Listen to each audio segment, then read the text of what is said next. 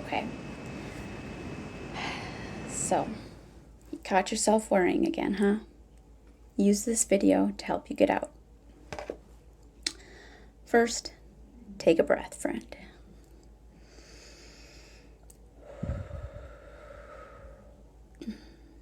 The good thing is you've noticed you're worrying and that you've maybe been stuck there. So, grab a pen and paper. Let's do a couple things to shift out of this.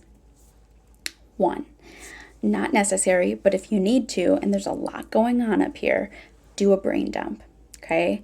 So I want you to take a pen and paper and just write down everything that's going on up here. What are you thinking? What are you worrying about? What are the to-dos that you have yet to get done today? What's on your mind? Write everything down. This is a great time to hit pause if you need time to do the brain dump. Okay, maybe you didn't need to do the brain dump. Maybe you know exactly what you're worrying about. If that's the case, then I want you to either grab the free PDF, which had kind of the steps on how to make worry purposeful, or you can just, I'll do the prompts right now here with you. So, number 1, what are you worrying about? Try to do just one problem at a time, remember. So, write it out. I'm worried about the upcoming birthday dinner that I'm hosting for my kiddo on Friday night. Write it out. Step 2, create a plan. So with this upcoming birthday event and the things that you're worried about, what is in your control and what's not? So, for example, maybe the birthday dinner is supposed to include something outside. You can't control the weather. Or you live in the Midwest and snowstorms happen and your kid has a winter birthday. So you're worried about, are my guests going to make it? You invited grandma and grandpa, or you invited a friend of your kids. And you're worrying like, oh my gosh, what if there's a snowstorm? What if that snowstorm comes? Again, guess what? Weather out of your control. What if I get sick? Also kind of out of your control. Okay. So then you start to think about what is in my control. Okay, well, you want to make sure that you have the meal ready, that you ordered the birthday cake, that the house is picked up. So write down the things that you can control, task by task, one by one. Now, as you're looking at that list of things that you technically have control over and that you can use to prepare. So this is part of the planning. You're trying to take that worry of sitting here thinking about, oh my gosh, the birthday dinner is this Friday. What am I going to do? And it all swirls up in your head. Get it out. Once it's out and you know what's in your control, make sure now that you go through your list there and think about each item. 1, is it something that you have to do personally, or can you delegate? So cleaning the house.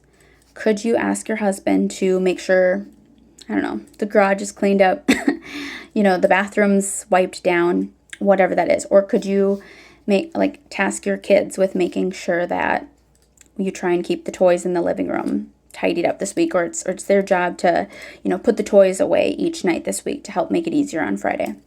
Whatever that is, go through your list. Is there anything that you can delegate? Is there anything for this birthday dinner that really doesn't matter? Okay, so this one can be tricky because I'm sure a lot of things matter to you, but you have to balance out what matters, what's important, and your sanity. So if in preparation for the birthday dinner, one of your things is to scrub the floors tediously, is that realistic? Be realistic. Do you have time for that, given your time frame? If you do, great. If you have time to sweep and mop the floors, awesome. If you don't, maybe turn mop the floors to, I'm going to at least try to do a sweep and a quick Swiffer. So just make sure that of the things you can control, be realistic with your time frame. Once you're down to sort of the things that you can do to prep for this birthday dinner that you're worrying about, or whatever it is that you're worrying about, I'm just doing this for the example, then I want you to either, if you have a planner, or just write out the days of the week, the days that you have up until the event that's coming up, and map out when are you going to get these things done. It can be general. It doesn't have to be tied to a certain day because you wrote it down. But by divvying up these tasks, onto some kind of timeline, like when do I need to get that done, it helps your brain realize that you don't have to do all of these things at once. You're not going to wait until Friday morning before the birthday dinner to do all of these things. It helps ease your mind because you're coming up with a plan, you have the preparation items down, you've delegated what you can, and then you're realistically trying to divvy up the rest of it into the time frame. Now, once the plan is set, let it be, okay? So now I really want you to try to notice when you're worrying about the birthday dinner. And one, either notice, am I worrying about something that's out of my control? If so, try one of the other techniques in the PowerPoint. Or if you're worrying about something that's in your control, I need you to remind yourself, you have a plan, okay? You have prepped. You do know when you're picking up the cake. You do know that your husband's going to do the bathrooms the night before. You have a plan. Your job now is to execute the plan, but not to over worry about this whole thing still, okay? All right, so that's an example. Make sure that you take some time to just, if that worry is a valid concern of yours, make sure you make time to go through kind of those journaling prompts that was included in the webinar.